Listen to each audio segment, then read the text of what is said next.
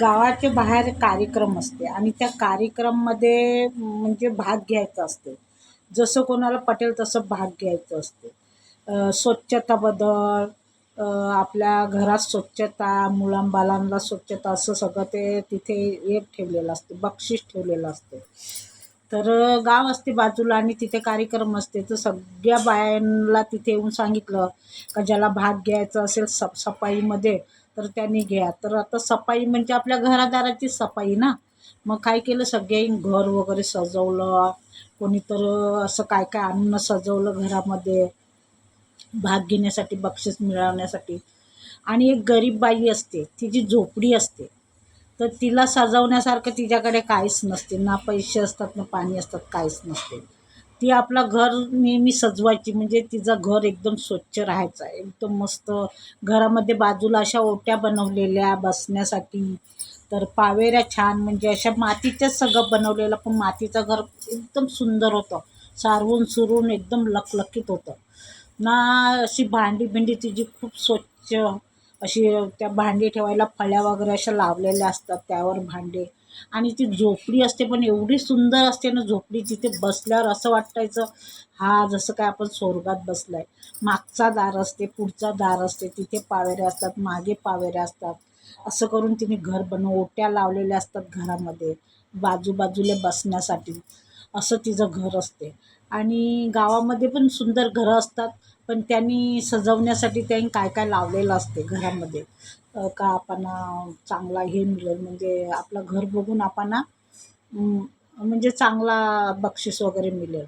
ती जी झोपडी नेहमीचीच असते ती बिचारी साफसफाई करायची. तर पूर्ण ती टीम फिराली गावामध्ये, कोणाचं घर कसं आहे, कोणाचं काय नाही.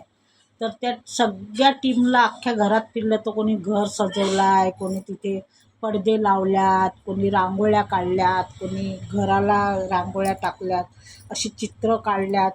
तर कोणी पडदे लावल्यात, तर कोणी बाहेरून माल हे आणून घर सजवलं आहे, किचन सजवलं आहे. तर सगळ्या ठिकाणी फिरले ते लोक. तर त्यांना आवडली, घरं आवडली असं नाही, पण सगळ्यात सुंदर त्या एक गरीब बाईची झोपडी आवडली त्यांना. खूप सुंदर, खूप सुंदर म्हणजे खूप सुंदर त्यांना ती आवडली.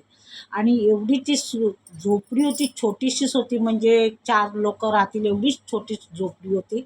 पण एवढा सारवून सुरवून, मध्ये ओट्या, चूल मस्त, त्या चुलीजवळ डबे ठेवायला असे धक्के केलेले, त्या भांडी लावायला सगळे हे केलेले, फळ्या केलेल्या. अशी सुंदर तिने मांडणी केलेली त्या घराची. सुरुवातीपासूनच तिची मांडणी त्या घराला होती.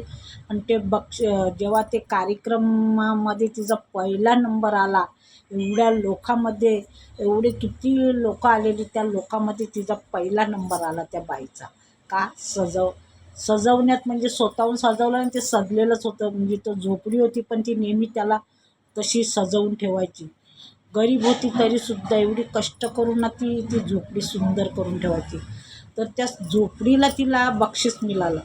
का का ती गरीब आहे आणि तिची झोपडी बघा कशी आहे आणि तिची राहणीमान कसं आहे बघा, तिची व्यवस्था कशी केलेली आहे त्या झोपडीच्या मध्ये. तर सगळ्या त्या टीमला ती झोपडी खूप आवडली आणि एवढ्या लोकात तिला बक्षीस मिळालं.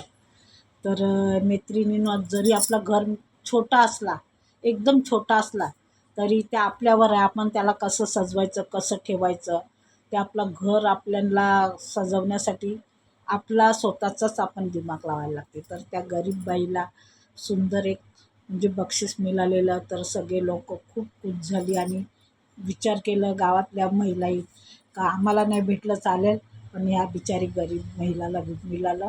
तर त्याच्यासाठी खूप त्यात तिला हे दिलं म्हणजे का खूप सुंदर तुम्ही घर म्हणजे स्वतःसुद्धा सुंदर अशी पद्धतीने राहायचं. तर सर्वांना नमस्कार, जय भीम, जय संविधान. आणि गोष्ट कशी वाटली ती नक्की बघा, तुम्हाला आवडेल. एका गरिबाची गोष्ट आहे, नक्की पहा.